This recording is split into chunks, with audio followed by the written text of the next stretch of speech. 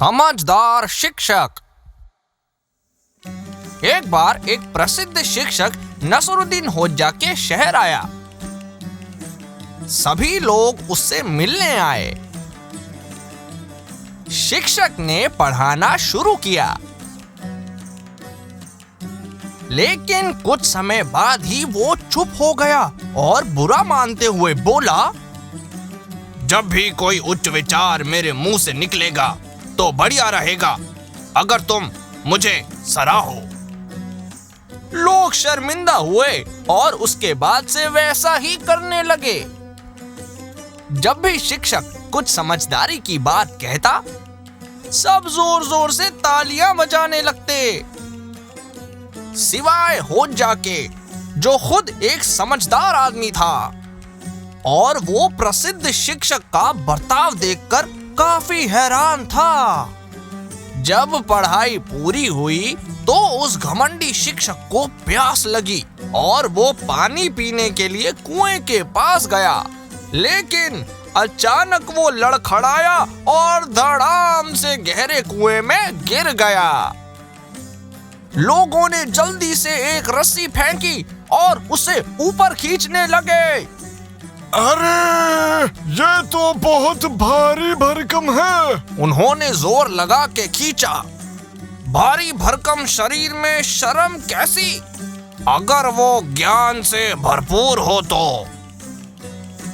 ओह, हम सब कितने मतलबी हैं।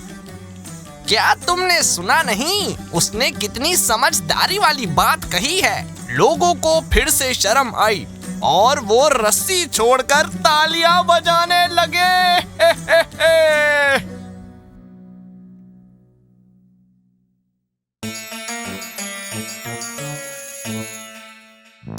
बिल्ली कहाँ है? एक दिन नसरुद्दीन होज्जा एक कसाई के पास गया और 2 किलो बकरी का मांस खरीदा। वो उस मांस को घर ले गया और अपनी बीवी को उसे पकाने के लिए दे दिया। उसकी बीवी ने मांस पका दिया, लेकिन परोसने से पहले उसने मांस को चखने का सोचा। उसने एक टुकड़ा खा लिया, थोड़ी देर बाद उसने दूसरा टुकड़ा भी खा लिया और फिर थोड़ा थोड़ा करके उसने सारा मांस ही खा लिया। हाय दैया! हो नसरुद्दीन! इस गंदी बुरी चोर बिल्ली ने बकरी का सारा मांस खा लिया। नसरुद्दीन ने कुछ भी नहीं कहा।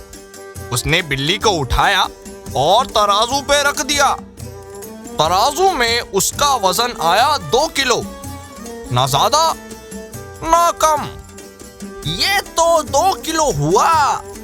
अगर ये बिल्ली है तो बकरी कहाँ है? और अगर ये बकरी है तो बिल्ली कहाँ है?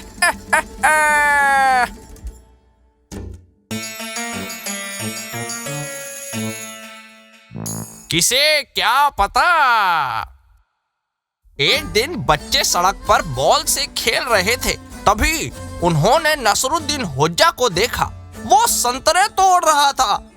उन फलों को देख बच्चों को भी भूख लग गई।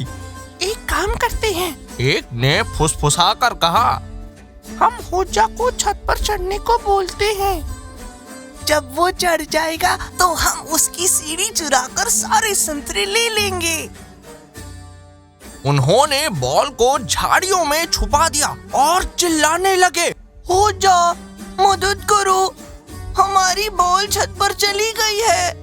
क्या आप ऊपर जाके हमारी बॉल वापस दे देंगे? हाँ बिल्कुल, क्यों नहीं, होज्जा ने कहा और सीढ़ी को दीवार से लगाकर वो छत पर चढ़ गया। साथ ही अपनी सीढ़ी भी ऊपर ले ली। पर आपको वहाँ छत पर सीढ़ी की क्या जरूरत है? बच्चे ने रोते हुए पूछा। किसे क्या पता, मुझे यहाँ भी कोई संतरे का पेड़ मिल जाए। होज्जा ने कहा, एक संतरे का पेड़ छत पर? बच्चे हंसने लगे। पर वो सभी बहुत हैरान हो गए जब होज्जा नीचे उतरा और अपनी पगड़ी से कुछ अच्छे संतरे बाहर निकाले। देखो मुझे क्या मिला। बच्चे बहुत खुश हो गए और वो भी सीढ़ी की मदद से छत पर चढ़ गए। होज्जा, सीढ़ी वापस लाओ। यहाँ तो कहीं भी संतरे का पेड़ नहीं है। जरा ध्यान से देखो, क्या पता वो वहीं चले गए हो जहाँ तुम्हारी बॉल है।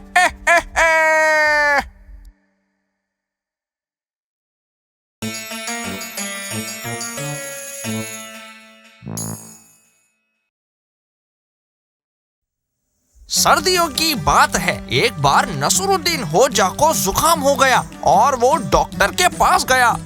सर्दियों में गर्म कपड़े पहनना होज्जा, तुम्हारी उम्र में एक बीमारी एक इंसान को मार सकती है। अरे नहीं, फिर मेरे प्यारे गधे का क्या होगा? और मुझे बताओ कि तुम ये कैसे बता सकते हो कि कोई मर चुका है? होज्जा, अगर तुम्हारा दिल धड़कना बंद हो गया तो मतलब तुम पक्का मर चुके हो। होज्जा ने डॉक्टर की बात मान के सारे कपड़े पहन लिए और ताजी हवा लेने बाहर निकल आया। कुछ ठीक नहीं लग रहा। उसने अपनी धड़कन महसूस करने की कोशिश की कि वो कैसी है, लेकिन इतने कपड़ों की वजह से उसे कुछ महसूस नहीं हुआ। हे भगवान, क्या मैं मरने वाला हूँ?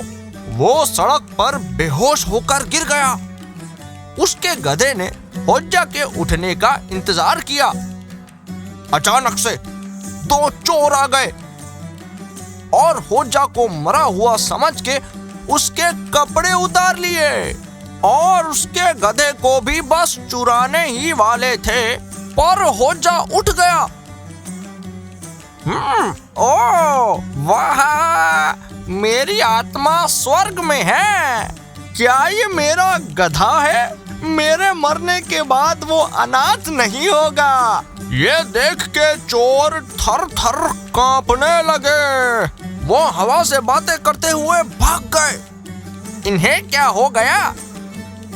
होज्जा ने सोचा और फिर अपनी धड़कन महसूस की।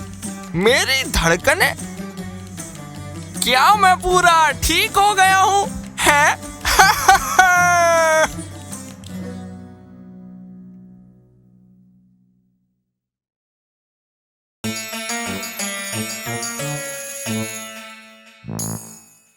कर्जा चुक गया। होज्जा पूरा कंगाल हो गया और दोस्तों से पैसा उधार लेना उसकी आदत बन गई। वो अपना कर्जा नहीं चुका सकता था और चुकाना भी नहीं चाहता था। उसके सभी दोस्त उससे परेशान हो गए और एक दिन नसरुद्दीन के पास पहुंच गए। होज्जा, बस बहुत हुआ। या तो हमारा कर्जा चुकाओ, नहीं तो यहाँ से जाओ। चला जाऊं? लेकिन कैसे मेरे दोस्तों? मेरे पास तो जाने के भी पैसे नहीं हैं। लेकिन एक उपाय है जिससे तुम लोग मुझे कभी नहीं देख पाओगे। मैं पूरी कोशिश करूंगा। सभी दोस्त सोचने लगते हैं और फैसला करते हैं कि इसे जाने के लिए पैसे देना ही अच्छा होगा, जिससे इस बूढ़े भिखारी से छुटकारा पा सकें। उनके पास जितने पैसे थे वो सभी उन्होंने दे दिए। धन्यवाद मेरे दोस्तों, मेरा जितना भी कर्जा था अब वो मैं चुका सकता हूँ। तो अब मैं क्यों कहीं जाऊं? अब मैं हमेशा तुम लोगों के साथ ही रहूंगा।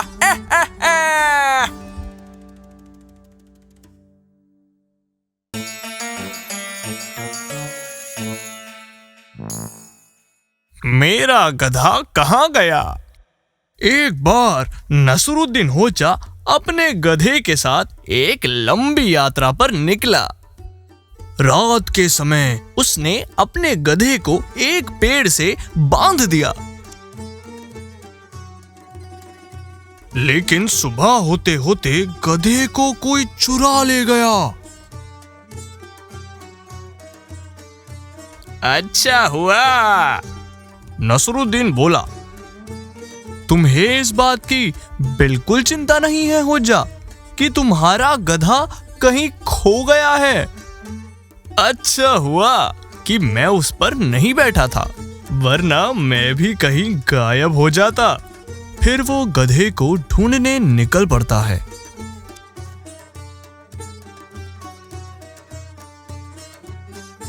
सुनो दोस्त, क्या तुमने किसी गधे को आवारा घूमते हुए देखा है?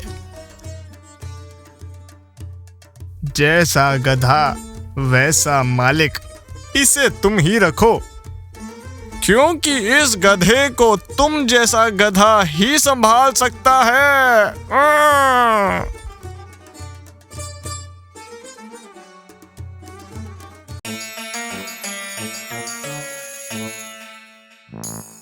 इंसान बना गधा।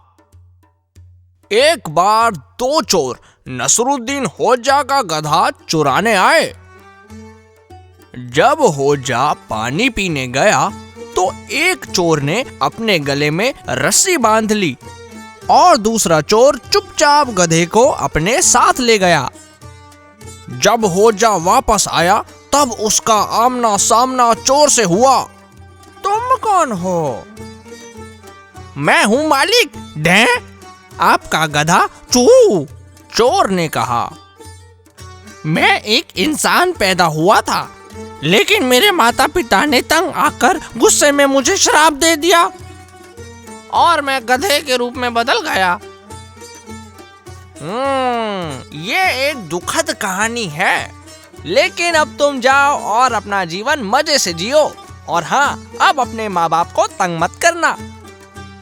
चोर ने वादा किया और चला गया। होजा फिर शहर जाता है और अपने लिए एक नया गधा खरीदता है। रास्ते में एक विश्राम घर के पास उसे उसका प्यारा गधा दिखता है। ओहो, तुम वापस गधे के रूप में बदल गए। तुमने फिर अपने माता पिता को तंग किया है ना? उसने सिर हिलाते हुए कहा।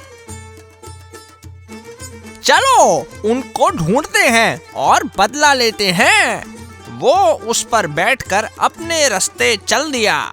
दोनों चोरों ने देखा गधा तो ऐसे गायब हुआ जैसे गधे के सर से सींग।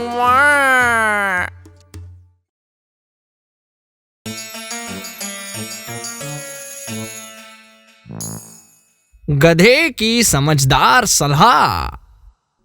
एक सुहाने दिन नसरुद्दीन होजा नए कपड़ों की खरीदारी करके घर आया। तुम्हारे पास इतने महंगे कपड़े खरीदने के पैसे कहां से आए होजा? ये बात पड़ोसियों ने ईर्ष्या से पूछा। अगर मेरे पास भी इतना पैसा होता तो मैं मेरे लिए भी एक खरीद ही लेता। होजा ने इस बारे में सोचा और कहा, ये मेरा प्यारा समझदार गधा है जिसने मुझे उपाय बताया ढेर सारा सोना कमाने का।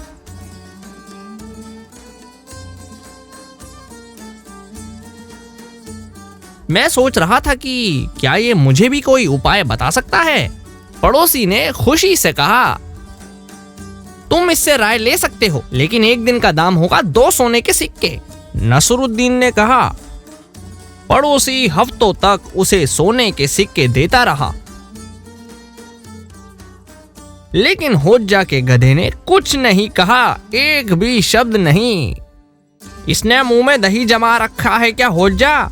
इसने ढेंचू ढेंचू तक नहीं किया। पड़ोसी ने शिकायत करी। तुम ही इससे पूछो ना कि मैं इतने सुंदर महंगे बढ़िया कपड़े कैसे खरीद सकता हूं।